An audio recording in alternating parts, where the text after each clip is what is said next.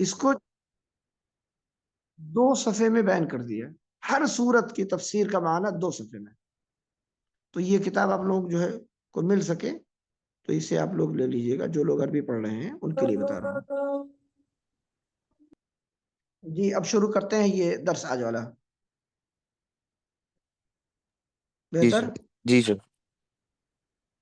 بسم اللہ والحمد للہ والصلاة والسلام علی رسول اللہ وعلی آلہ وصحبہ ومن والہ بعد. محترم اور معزز بھائی اور بہنوں، آپ تمام کا آج کی اس قرآن مجید کی محفل میں استقبال ہے. اللہ تعالیٰ سے دعا ہے کہ اللہ تعالیٰ ہمیں حق اور خیر کی بات کہنے کی توفیق عطا فرمائے اور سمجھنے کی اور پھر اس پر عمل کرنے کی بھی توفیق دے. دیکھیے ابھی تک ہم لوگوں کی گفتگو سورہ اعراف کے اوائل ہی تک رہی ہے، اور کل تھی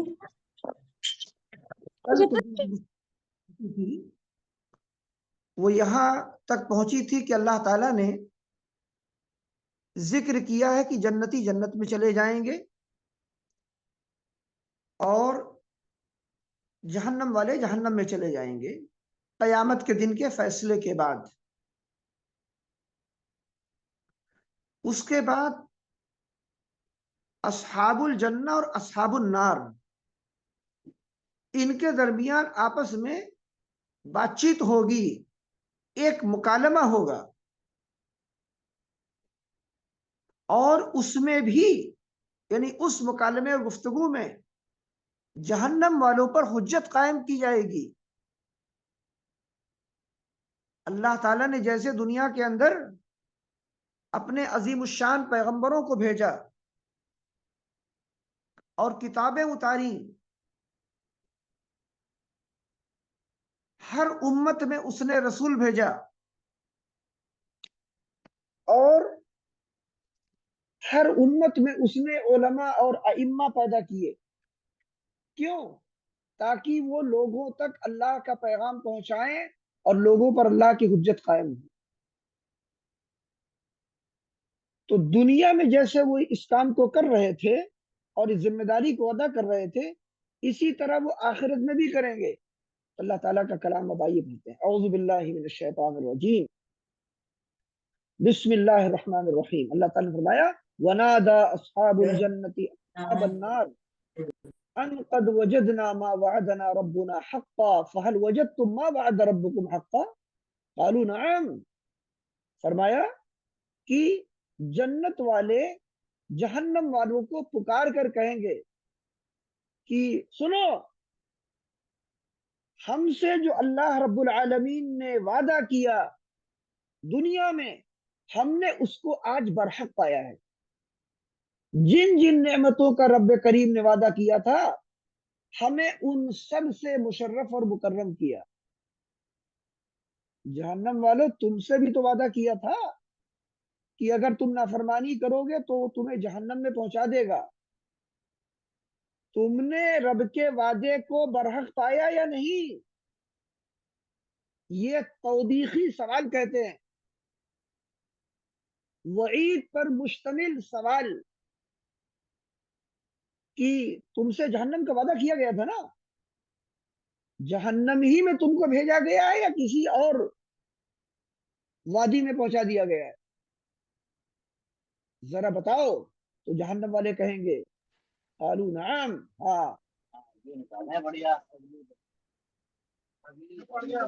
رب العالمین کا جو وعدہ ہے وہ ہمیں پہنچ گیا. اس کے بعد فَأَذَّنَ مُؤَذِّنٌ بَيْنَهُمْ اللعنۃ اللہ علی الظالمین. وہاں پر ایک اعلان کرنے والا کہے گا کہ ظالموں پر اللہ کی لعنت ہو. حجت قائم کی، ان سے اقرار کروایا کہ رب نے ہم پر کرم کیا ہے، ہمارے لیے انبیاء اور رسولوں کو بھیجا، کتابیں اتاری، علماء اور ائمہ کو بھیجا، دلائل ہم کو دیے، باتیں سمجھائیں. ہم نے کہا کہ ہم تو نہیں ماننے والے. پھر کہا جائے گا اس لیے تمہارے اوپر اب لعنت رہے گی، رب کی رحمت سے ہمیشہ دور رہو گے.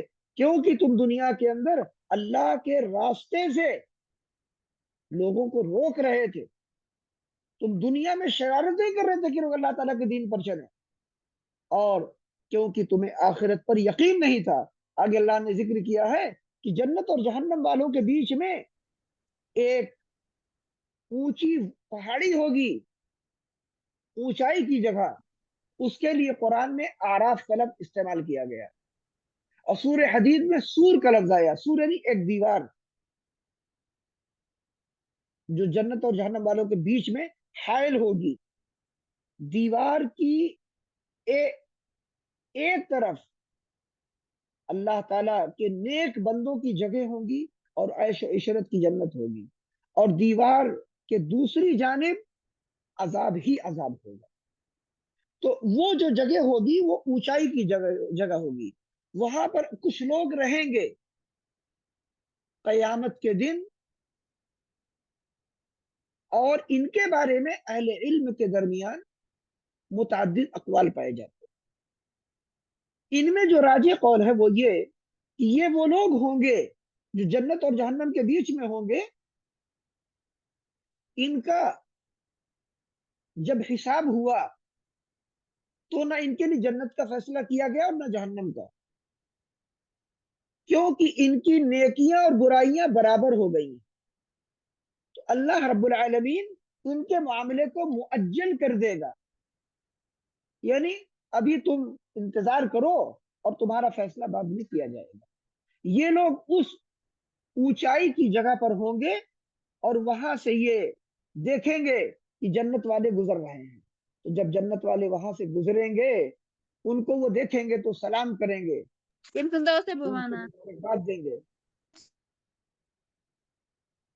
دیکھیے بیچ میں بار بار آواز آ رہی ہے آپ لوگوں کی؟ ایک منٹ میں مائک آف کر دیتا ہوں سب کا۔ جی آپ ان لوگوں کو بتا دیجیے کہ اگر یہ لوگ سوال و جواب رکھنا چاہتے ہیں تو اس کے لیے پہلے سے بتا دیں تاکہ درس کے بعد اعلان کیا جائے، پھر انہیں جو بات کہنی ہے وہ کریں، اور جی باقی وہ گھر کے مسائل کی جو بات چیز ہے تو گھر کے مسائل کے لیے تو یہ پلیٹ فارم ہے ہی، اگر آپ کو گھر کے مسائل پہ مسائل حل کرنے ہو تو وہ بھی بتائیے، انشاءاللہ اس کی بھی دکان کھول دیں۔ تو آئیے، تو بہرحال شیخ وہ پھر ابھی آپ کا بھی مائک بند ہو جائے گا، آپ پھر سے آن کر دیجیے گا انشاءاللہ۔ اچھا اچھا اچھا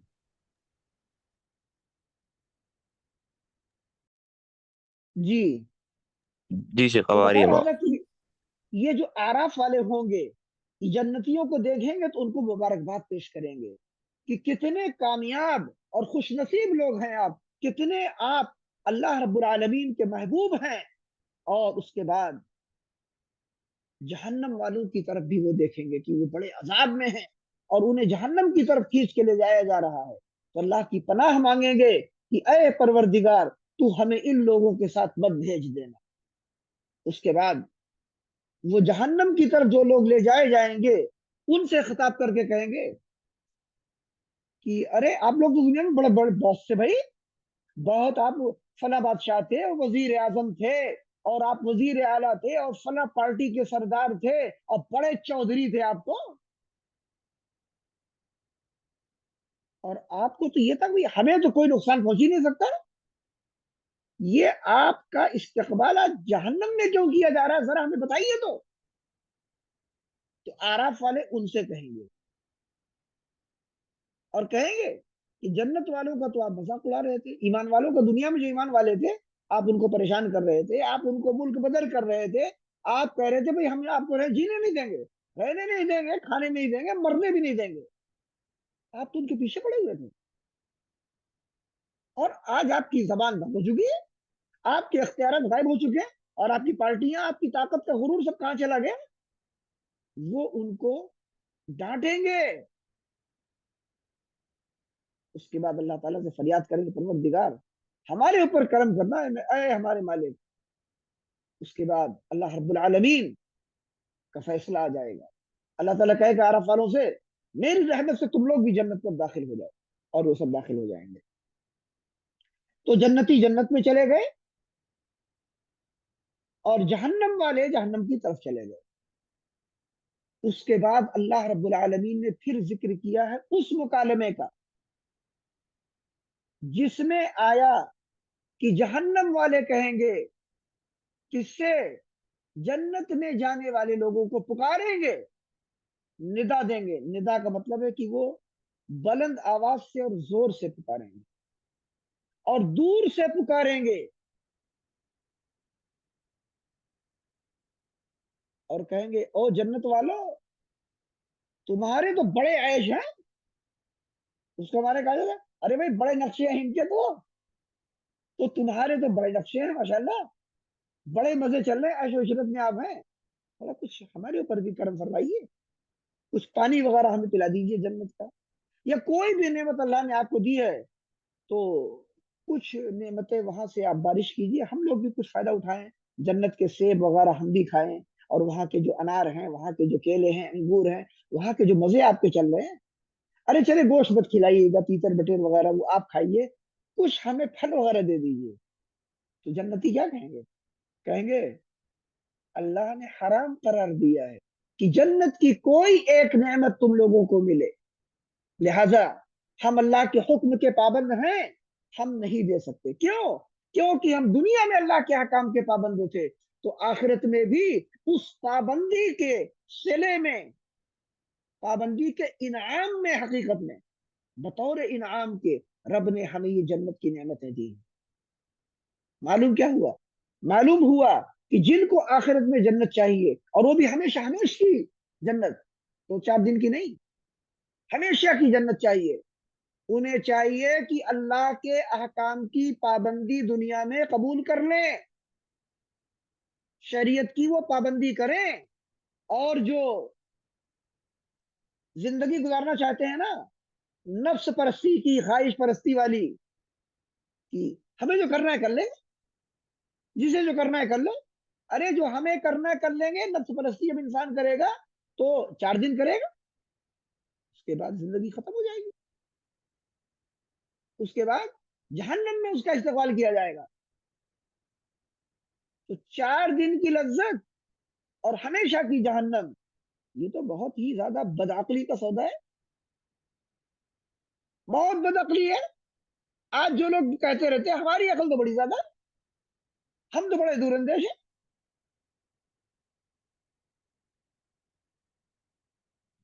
جب وہ ایک ناپائیدار دنیا جس کی قیمت مچھر کے پر کے برابر بھی نہیں ہے، جس کی قیمت ایک قطرہ پانی کے برابر بھی نہیں ہے، اور اتنی خراب خراب مثالیں اس کی موجود ہیں کہ حقیقت میں وہ مثالیں میں آپ کو بیان بھی نہیں کر سکتا ہوں اس موقع پر، کوئی سامنے درس میں بیٹھے تو میں حدیث پڑھ کے بتاتا ہوں انشاءاللہ کہ کیسی مثالیں دی ہیں نبی کریم صلی اللہ علیہ وسلم نے دنیا کی حقارت کو بتانے اور سمجھانے کے لیے۔ کیوں؟ تاکہ اے ایمان والو دنیا سے لو مت لگاؤ، آخرت سے لو لگاؤ، آخرت کی تیاری کرو۔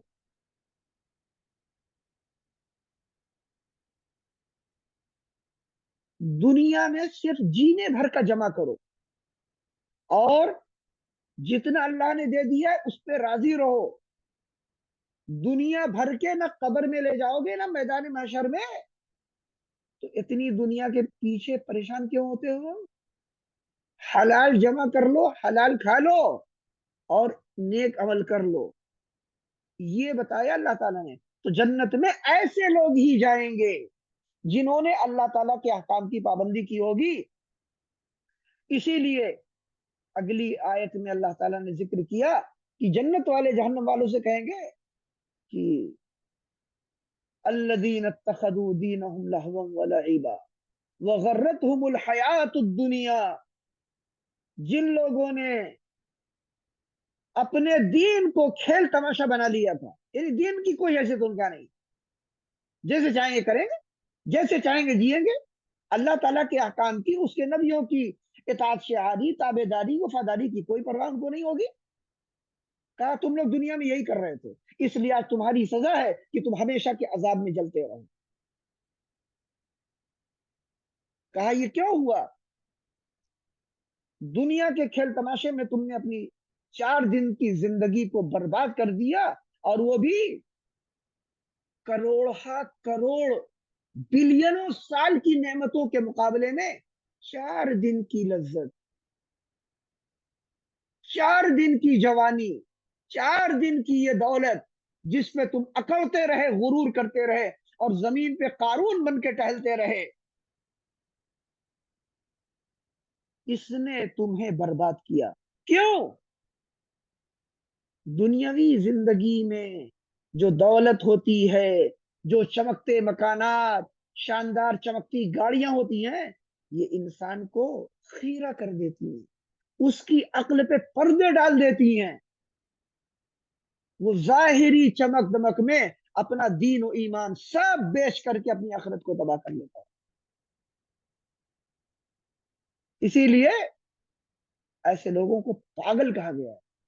یہ لوگ پاگل ہیں جو دنیا کے چھوٹے سے گھر کو، جس میں کتنے سال رہیں گے، 20 30 50 سال، زیادہ جیے گا 100 سال، 100 سال کے بعد کیا ہوگا؟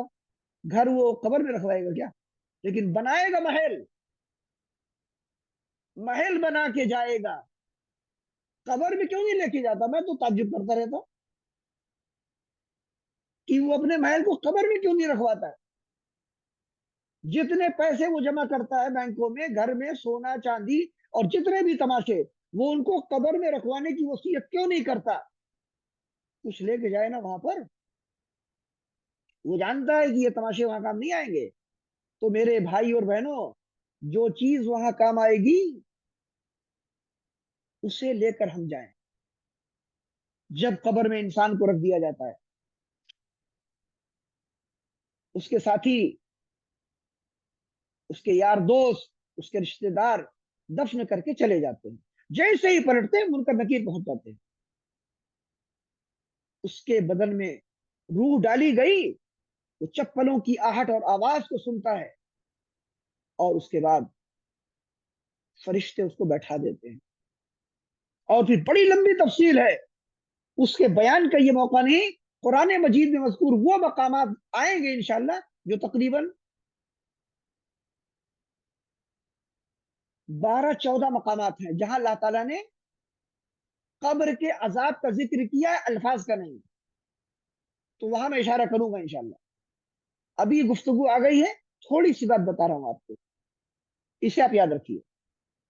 جب منکر نکیر سوال کریں گے، نیکوکار بندہ ہوگا وہ جواب دے دے گا، ایمان والا بندہ جواب دے گا، اور منافق، اور صرف منافق ہی نہیں، فاسق اور فاجر کا بھی لفظ ہے، کافر اور منافق اور فاسق اور فاجر، 3 الفاظ ہیں، کافر، منافق اور فاجر، یہ 3 وہاں پر جواب دے نہیں پائیں گے، الٹے پلٹے جواب دیں گے۔ تو فرشتے منکر نکیر دونوں کیا کہیں گے؟ بندے مومن سے کہیں گے اب تم یہاں عیش میں، آرام میں جیو، کب تک؟ جب تک قیامت نہ قائم ہو، قیامت جب تک نہ قائم ہو۔ اس کے بعد کیا آواز آپ لوگوں کو نہیں آ رہی؟ کیا آ رہی ہے شیخ؟ آ رہی ہے؟ اچھا۔ تو اس کے بعد پھر یہ ہوگا کہ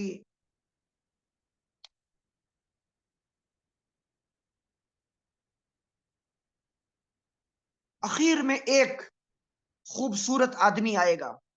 قبر کے اندر کی بات بتا رہا ہوں آپ کو، جس وقت ہمارے ساتھ ہمارے چاہنے والے، سب سے زیادہ چاہنے والے جو ہوتے ہیں وہ ماں باپ ہوتے ہیں،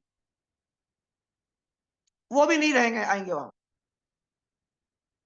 نہ ہماری اولاد ہوگی، نہ بال بچے، نہ بھائی بہن، نہ قرابت دار اور نہ کوئی یار، بندہ اکیلے قبر میں ہوگا وہاں۔ تو ایک آدمی آئے گا جس کا چہرہ خوبصورت، اس کا لباس خوبصورت، اور وہ کہے گا خوشخبری سنانے آیا ہوں میں تجھے. تو بندے مومن کہے گا تمہارا آنا مبارک، تمہارے آنے سے تو مجھے انسیت مل گئی، میں تو اکیلے پریشان تھا یہاں کہ میں اس اندھیرے گڑھے کے اندر ہوں، بند کوٹری میں، کیونکہ سارے لوگ تو دفن کر کے جا چکے ہیں نا. کمال کی بات یہ کہ دنیا میں جو لوگ آپ کے آگے پیچھے گھومتے ہیں ان میں سے کوئی آپ کے ساتھ دفن ہونے کو تیار نہیں ہوتا ہے. ارے بھائی 2 مل کے ایگریمنٹ کر لو کہ آپ جائیں گے تو ہم بھی آپ کے ساتھ وہاں فرمائیں گے. کوئی نہیں ایگریمنٹ کرتا ہے، سب چھوڑ چلے آتے ہیں. سوچئے کہ وفاداری ایسے موقع پہ کوئی نہیں کرتا، سارے بے وفا نکل جاتے ہیں وہاں. لہذا ہمیں وہ کرنا چاہیے جو اب آگے آپ کو آنے والا ہے، بتا رہا ہوں، اس کی تیاری کرنی چاہیے. تو بندہ مومن کہے گا تمہارے چہرے کی خوشی سے میرا دل خوش ہو گیا، تمہیں دیکھ کر مجھے سکون مل گیا. وہ آدمی کہے گا جانتے ہو میں کون ہوں؟ بندہ کہے گا نہیں میں نہیں جانتا. کہے گا انا عملک الصالح، میں تمہارا نیک عمل ہوں اور میں تمہارے ساتھ رہوں گا جب تک سور نہیں پھونکا جائے گا، تم پریشان مت ہو. یہ ہو گیا. اب دوسری پارٹی آتی، کون سی؟ کافر اور فاجر والی. کافر ہیں جو بالکل کافر، یہودی نصرانی، یا اس کے بعد مشرکین، کمیونسٹ، ہندو، سارے مجرمین اس میں داخل ہیں. یہ اور پھر فاجر، فاسق، بدعمل، وہ چیخے گا، چلائے گا، منکر نکیر سوال پوچھیں گے، جواب نہیں دے گا، دے نہیں پائے گا. کہے گا لوگوں کو میں نے سنا تھا وہ ایسے ایسے کہہ رہے تھے، وہ تو مجھے تو پتہ نہیں کہ سچی بات کیا ہے، وہ تو پتہ نہیں کیا، میں پھنس گیا ہوں آ کر کیا. اس کے بعد منکر نکیر ٹھیک ہے ہمیں پتا تھا تم یہی جواب دو کہ بدعمل انسان، دنیا میں تجھ کو زندگی دی گئی، تو نہ شکر، تو نے اس زندگی کی قیمت کو نہیں جانا اور کہہ رہا پھنس گیا ہوں میں ادھر آ کر کے. ارے نکل کیوں نہیں جاتا؟ کس نے باندھ رکھا ہے تجھے یہاں؟ اس کے لیے پھر جہنم کی کھڑکی کھول دی جائے گی، جہنم کا بستر بچھا دیا جائے گا، جہنم کی خوشبو آئے گی اس کی طرف، اور اس سے دکھایا جائے گا یہ دیکھو یہ تمہارے لیے کھول دیا گیا ہے جہنم کا دروازہ، اس کھڑکی سے دیکھو، یہ تمہارا ٹھکانہ جہنم میں ہوگا. کب؟ جب قیامت قائم ہو جائے گی حساب کتاب کے بعد. یہ اس کو کہا جائے گا. اس کے بعد منکر کے چلے جائیں گے. پھر وہاں پہ ایک آدمی آئے گا، ایک بندہ پہنچے گا جو انتہائی بد شکل اور انتہائی بدبودار، خوفناک چہرہ لے کر کے آئے گا. اس کے بعد وہ جو بندہ ہوگا وہ تو اسے دیکھ کے کہے گا میں تو پہلے سے میں پریشان ہوں، تو مجھے پریشان کرنے کے لیے آ گیا، یہ کون سی شکل لے کے آیا تو بندہ؟ وہ کہے گا ارے میں کوئی باہر کا مہمان نہیں ہوں، میں تیرا عملک الخبیث، میں تیرا اپنا عمل ہوں، جو تو بدکار انسان دنیا میں برائیاں کر رہا تھا، میں تیرا اپنا عمل ہوں. پھر وہ کہے گا کافر اور فاجر بندہ کہے گا یا رب لا تقم الساعہ، اے پروردگار یہ تو قیامت کی تباہی جو آنے والی ہے نا، یہ جو مجھے جہنم کا منظر دکھایا جا رہا ہے نا، میں تو برداشت نہیں کر پاؤں گا، اور قیامت تو قائم مت کرنا، جتنے عذاب میں میں ابھی ہوں بس میں اسی کو برداشت کر لوں، یہ بہت بڑی بات، قیامت نہ قائم کرنا پروردگار. وہ یہ چلاتا رہے گا. اور جو بندہ مومن ہے وہ کہے گا رب یقم الساعہ، اے پروردگار تو جلدی قیامت قائم کر، مجھے جنت میں جو میرے محلات اور میرے باغات اور میری ملکیت، میری سلطنت جو بادشاہت دکھائی جا رہی ہے، میں تو وہاں سے بہت لیٹ ہو رہا ہوں، اس لیے قیامت قائم ہو جائے تو میں جلدی اپنے اہل و اقارب، اپنے قرابت دار، اپنے والدین، اپنے رشتہ داروں، اور اس کے بعد اپنی جو حوریں میرا انتظار کر رہی ہیں، میں جلدی ان کے پاس چلا جاؤں، میں ان سے ملاقات تو کروں کہ وہ کون کون ہے، کہاں کہاں ہے. وہ یہ کہے گا. یہ فرق ہے. یہ فرق کیوں ہوا دونوں میں؟ عملک الصالح اور عملک الخبیث. اس لیے ہمیں اپنے عمل کا محاسبہ کرنا چاہیے اور جاننا چاہیے ہم جو بھی عمل کر رہے ہیں وہ عمل سارا کا سارا اپنے لیے کر رہے ہیں. یہ دیکھیے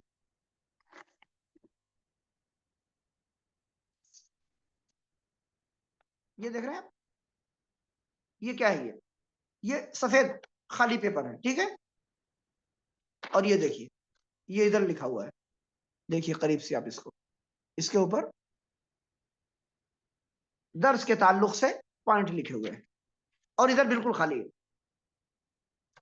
اللہ تعالیٰ نے ہم سب کے لیے کیا کیا ہے؟ فرشتے مقرر کیے ہیں، کرامن کاتبین۔ ایک فرشتہ ہمارے دائیں طرف بیٹھا ہوا ہے اور ایک جو ہے بائیں طرف کندھے پر۔ آپ کو شاید کیمرے میں الٹا دکھ رہا ہوگا دائیں بائیں نا، تو اسے آپ جان لیجیے کہ یہ میرا دایاں ہاتھ ہے اور یہ دایاں بازو ہے اور یہ بایاں ہے، یہ بایاں ہے لیفٹ والا۔ تو آپ سمجھیے کہ یہ کیمرے کا کمال ہے۔ دیکھیے کیمرہ کیسے پلٹا کے دکھاتا ہے انسان کو۔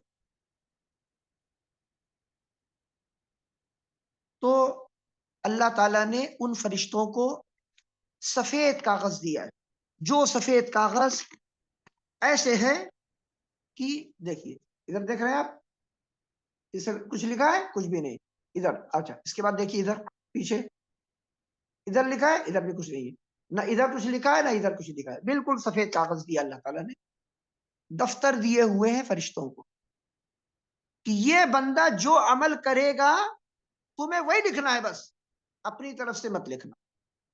اور وہ امانت دار فرشتے ہیں، معزز ہیں اللہ کے، اور وہ ہمارے پاس اللہ کے مہمان ہیں، ہمیں ان کی قدر اور عزت کرنی چاہیے، ان کو تکلیف نہیں پہنچانی چاہیے۔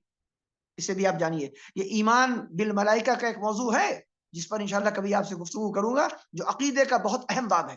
فرشتوں پر ایمان لانا ہے تو کیسے لانا ہے، اس کا مطلب کیا ہے، اس کے تقاضے کیا ہیں، اس کی ذمہ داریاں کیا ہیں، مطالبے کیا ہیں، یہ سب ہمیں سیکھنا چاہیے۔ تو ہم اپنے نامہ اعمال کو جس طرح چاہیں اس سفید کاغذ پر لکھوائیں۔ اچھا کام کریں گے فرشتے لکھیں گے اس بندے نے اچھا کام کیا، نیک بات کہی، اور انسان غیبت کرے گا، جھوٹ بولے گا، خیانت کرے گا، فتنہ فساد کرے گا، باطل بات کہے گا، بدعت کو پھیلائے گا، فرشتے لکھیں گے اس کے لیے۔ دوسرا فرشتہ جو بائیں طرف بیٹھا کہے گا یہ مجرم اللہ تعالیٰ کے دین میں جھوٹ بولتا تھا، یہ مجرم یہ کرتا تھا، اس نے یہ کیا یہ کیا یہ کیا، وہ خود لکھوا رہا ہے۔ یہی دفتر اسے قبر میں دے دیا جائے گا، اس کی گردن میں لا کر، اور قیامت کے دن جب وہ اٹھے گا تو اپنی گردن میں وہ لٹکا کر کے اٹھے گا، اور اس کے بعد پھر نامہ اعمال کی تقسیم ہوگی۔ وہ آیتیں قرآن میں بے شمار ہیں، آپ سنتے رہتے ہیں برابر۔ تو اس لیے ہمیں اس ہولناک دن کی تیاری کرنی چاہیے، اور ایسے نامہ اعمال لے کر قیامت کے دن حاضر ہونا چاہیے جو ہمارے لیے خوشخبری کا پیغام لے کے آئے، نہ کہ جہنم کا پروانہ۔ تو جنت اور جہنم کا پروانہ انسان خود لکھتا ہے اور خود تیار کرتا ہے، یہ میں آپ کو بتانا چاہ رہا ہوں۔ آگے آئیے، آگے اللہ تعالیٰ نے کہا کہ وَلَقَدْ جِئْنَاهُمْ بِكِتَابٍ فَصَّلْنَاهُ عَلَىٰ عِلْمٍ هُدًى وَرَحْمَةً لِقَوْمٍ يُؤْمِنُونَ۔ کہا یہ لوگ جہنم میں کیوں چلے گئے اور وہاں سے پانی مانگ رہے ہیں؟ ارے جہنم والو، ہم نے تمہیں ایک عظیم کتاب دی، اور یہاں مراد قرآن مجید، اس کتاب کے مسائل اور احکام کو ہم نے واضح طور پہ بیان کیا، ہدایت کا پیغام اس میں اتارا، اپنی طرف سے رحمت کا پیغام اتارا، لیکن کن کے لیے؟ لقوم یؤمنون، ایمان لانے والوں کے لیے۔ تم نے کیوں نہیں قبول کیا؟ یہ کہے گا۔ اس کے بعد اللہ تعالیٰ بتا رہا ہے دنیا میں لوگ کیا کر رہے ہیں، دنیا میں لوگ انتظار کر رہے ہیں کہ اللہ تعالیٰ فیصلہ کر کے ہمیں جلدی بتا دے۔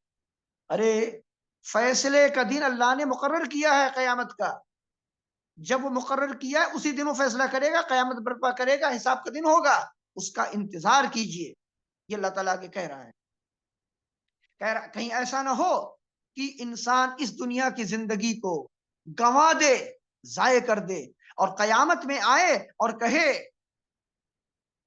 او نرد فنعمل غیر الذی کنا نعمل، کہ اے پروردگار ہم تو پھنس گئے قیامت کے میدان میں آ کر، ہمیں دنیا میں ایک بار بھیج دے، ہم ٹھیک ٹھاک ہو کے آ جائیں گے۔ اللہ تعالیٰ کہے گا ہم نے تمہیں بہت موقع دیا، بہت سمجھایا، بڑی کتابیں اتاری، بڑی تقریریں تم نے سنی، بہت جلسے سنے تم نے، اور سب کچھ ہم نے تم پر حجت قائم کر دی۔ اب بات کرنے سے کچھ نہیں ہوگا، اب یہیں پر رہنا ہے، اور لائف ٹائم والا معاملہ تمہارا ہے، لائف انشورنس یہاں پر، اور وہ کب کے لیے؟ صرف لائف ہی نہیں، الی الابد، آخری، جس کے بعد کوئی آخری نہیں، کوئی انتہا نہیں ہے اس قیامت کے دن کی۔ کیونکہ جنت کو ہمیشہ کے لیے اللہ نے پیدا کیا ہے اور جہنم کو ہمیشہ کے لیے پیدا کیا ہے، اور وہ 7 چیزیں جن کو اللہ نے ہمیشہ کے لیے پیدا کیا ان پر موت نہیں ہے، کبھی ان کا بیان کر دوں گا انشاءاللہ، عقیدے کا مسئلہ ہے۔ آئیے اللہ تعالیٰ نے اپنی عظمت کا آگے بیان کیا اور کہا، قرآن مجید کے مقامات میں سے جو عظیم مقامات ہیں ان میں سے یہ مقام اللہ نے فرمایا، ان ربکم اللہ الذی خلق السماوات والارض، تمہارا رب حقیقت میں اللہ ہے جس نے آسمانوں اور زمین کو 6 دنوں میں پیدا کیا، پھر وہ عرش پر مستوی ہوا، عرش پر بلند ہوا، اور وہ رات اور دن، سورج، چاند، ستاروں اور کائنات کے پورے نظام کو چلا رہا ہے۔ الا لہ الخلق والامر، سب اسی کے، مسخرات بامرہ، سب اس کے حکم کے تابع ہیں۔ اللہ کے حکم سے مجال نہیں ہے کہ سورج، چاند، ستارے، سیارے، کائنات کا ایک ذرہ باہر نکل جائے اس کے حکم سے۔ کیوں؟ کیونکہ الا لہ الخلق والامر ہے، کہ جان لو اے بندو، تخلیق بھی اسی کی ہے، ساری ملکیت، ساری مخلوقات کس کی ہے؟ اللہ کی، پیدا اسی نے کیا ہے نا، تو حکم کس کا چلے گا؟ الامر، اسی کا حکم چلے گا، جس کی ملکیت اسی کا آرڈر چلے گا۔ یہ ایک آیت کا ٹکڑا ہے، اس کو میں کہتا ہوں اکثر، کن سے کہتا ہوں؟ یہود و نصارہ سے، کافروں اور مشرکین سے، مجوسیوں اور سابئین سے، اور مسلمانوں میں جتنے قبر پرست ہیں اور جتنے بدعتی مجرم ہیں اور جتنے فرقے بنانے والے پارٹی باز ہیں، ان سب سے کہتا ہوں، ایک آیت کا چھوٹا سا یہ جملہ جس میں صرف 3 الفاظ ہیں، آپ ان کو سامنے رکھیے اور سارے مسائل کا حل اور اختلاف ختم ہو جائے گا انشاءاللہ، سارے اختلافات کا حل۔ 3 الفاظ میں، لہو الخلق والامر، ایک ہے لہو اور دوسرا الخلق اور تیسرا ہے الامر۔ سارے مسائل میں حکم کس کا چلے گا؟ فیصلہ کس کا چلے گا؟ قانون کس کا چلے گا؟ اللہ کا چلے گا۔ اپنی مرضی سے کوئی عمل کرے گا؟ نہیں کر سکتا۔ اپنی مرضی سے عقیدہ گڑھے گا؟ نہیں جائز ہے۔ اپنی مرضی سے دین بیان کرے گا؟ حرام ہے اس پر۔ اپنی مرضی سے نبوت کا دعویٰ کرے گا؟ اپنی مرضی سے بدعت ایجاد کرے گا اور بدعت کو پھیلائے گا اور کہے گا روکنے کی دلیل تو کہیں نہیں ہے، یہ کام مت کرو۔ تو میں پوچھتا ہوں ایسے لوگوں سے، فجر کی نماز کو 4 رکعت پڑھنے کی دلیل کہیں ہے کیا کہ مت پڑھو؟ ہے کہیں دلیل؟ رمضان کے روزے فرض ہیں، ٹھیک ہے، شوال کے روزے آپ فرض کر لیجئے نا، جاری کر دیجئے پوری امت پہ قانون، شوال کے روزے بھی فرض، ہوگی شوال اور رمضان، شوال دونوں ملے ہوئے، اس کے بعد کوئی آ گا شعبان بھی تو ملا ہوا ہے نا، شعبان بھی فرض کر لیتے، 3 مہینے کا لگاتار 3 مہینے کے روزے فرض کر لیتے، کوئی مانے گا؟ چلے گا یہ؟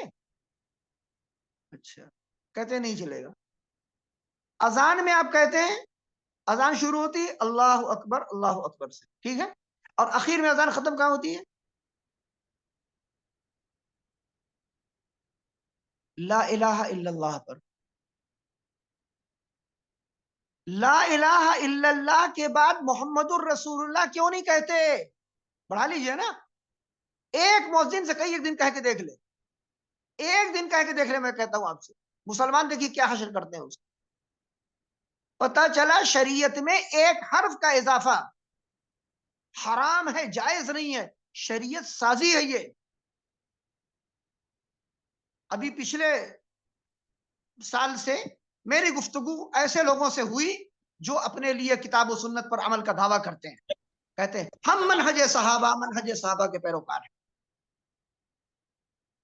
اور اپنی تقریروں کو، یہاں تک کہ ممبر و محراب کو، اللہ تعالیٰ کی مسجدوں جو اللہ کے گھر ہیں، ان مسجدوں کو انہوں نے اپنی راگنی کا سینٹر بنا دیا۔ کیا بنا دیا ہے؟ راگ راگنی کی تعلیم کا سینٹر، اس کو آج کل کہا جاتا ہے عربی میں سنترات، مراکز کے معنی میں. تو میں ان لوگوں سے میں نے پوچھا، مضامین لکھے، تقریریں کی اور بتایا الحمدللہ، اور آج تک کہتا رہتا ہوں. ابھی بھائی تفسیر کے درس میں بات لانے کی کیا ضرورت ہے، لیکن ضرورت ہے بتانے کے لیے کہ یہ دین مکمل ہے، شریعت کامل ہے ہماری الحمدللہ. اس میں ایک حرف کا اضافہ کسی بھی انسان سے برداشت نہیں کیا جائے گا، کوئی بھی ہو، کوئی بہت بڑا علامہ ہو، ایک حرف کی بات اپنی طرف سے کہے گا، اس کی بات رد کر دی جائے گی فوراً. اسے صرف یہ کہا جائے گا کہ آپ وہ بات بیان کی جو کتاب و سنت موجود ہے، جو سلف صالحین رحمۃ اللہ علیہ اجمعین سے ثابت ہے، آپ صرف وہ کر سکتے ہیں اور وہی بتا سکتے ہیں. تو اس بیچ میں نے یہ بات کہی، اور آج بھی کہہ رہا ہوں، جتنے اختلافات امت میں ہیں، چاہے فرقے والوں کے ہوں، مسلک والوں کے ہوں، اور آج کہا جائے تنظیم بنا لیجیے صاحب، تنظیمیں بن رہی ہیں، چہرے بدلنے سے انسان نہیں بدل جاتا. آج کل وہ چہرے کے کور آتے ہیں نا، چمڑے کا کور، پلاسٹک کا کور، اور اس کے بعد کہتے ہیں صاحب سرجری بھی ہو رہی ہے پلاسٹک، پتہ نہیں کیا کرتے ہیں. تو کیا کور اگر میں چینج کر لوں گا تو میری شخصیت، میرا جسم بدل جائے گا کیا؟ وہی رہے گا نا. یہ دیکھیے، یہ آپ کو دکھاتا ہوں، یہ کیا ہے؟ یہ اس کو یہ لوگ کہتے ہیں، جو بھی کہتے ہیں، ٹھیک ہے.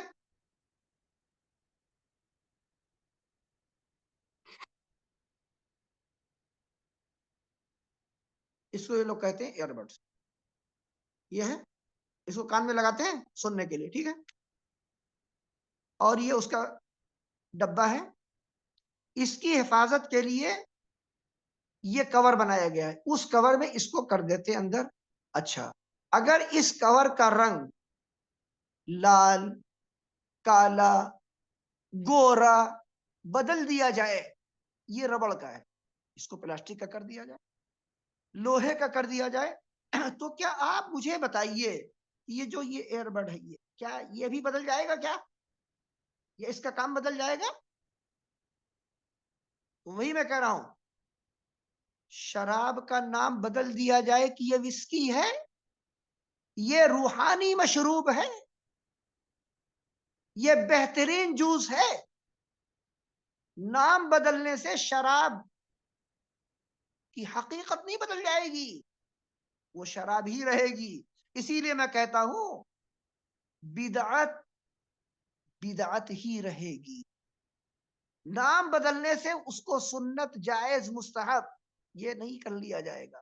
لہذا گفتگو آئی ہے، سن لیجئے، اور اس آیت کو حکم بنا لیجئے تمام مسائل کے اندر. لہ الخلق والامر، ساری مخلوقات اسی کی ملکیت ہیں، اور حکم بھی اسی کا چلے گا. اس نے جو حکم نازل کیا ہے شریعت کا، وہی دین ہے. جو اس کی شریعت میں نہیں ہے، وہ دین کا حصہ نہیں ہے، وہ بدعت ہے، وہ خرافات ہے، وہ گمراہی ہے، وہ جہنم کا دروازہ ہے. کھل کے کہہ رہا ہوں، آپ لوگ لکھ لیجئے اس بات کو، اور جہاں بیان کرنا ہے پہنچا دیجئے. بے شمار دلائل اس کے الحمدللہ بھرے ہوئے، صرف یہ ایک مسئلہ نہیں، تمام بدعت کے مسائل کے بے شمار دلائل کتاب و سنت میں ہیں کہ الیوم اکملت لکم دینکم، اللہ نے فرمایا. اور وہ بھی اعلان کب کیا گیا ہے؟ حجۃ الوداع میں اعلان کیا، جبکہ نبی صلی اللہ علیہ وسلم میدان عرفات میں تھے. الیوم اکملت لکم دینکم، یہ آیت وہاں پہ اتری کہ آج کے دن میں نے تمہارے لیے تمہارا دین مکمل کر دیا. مکمل کرنے کے بعد باقی کیا بچتا ہے؟ آپ جو اضافہ کریں گے کیا ہوگا اس میں؟ اضافہ کرنے سے کوئی خوبصورتی آئے گی کیا؟ آپ ایک کپڑا لے لیجئے، اور اس کپڑے کے اوپر آپ جو ہے ایک لال کپڑے کا جو ہے چپکا لیجئے، ایک نیلا چپکا لیجئے، ایک کالا چپکا لیجئے، جتنے کلر کے پیوند ہیں آپ لگا لیجئے. تو کیا خوبصورتی بڑھ جائے گی کیا آپ کے کپڑے کی، آپ کے گھر کی، آپ کی گاڑی کی، ہر چیز کی؟ اضافے چپکانے سے خوبصورتی نہیں آتی ہے، بدصورتی آتی ہے.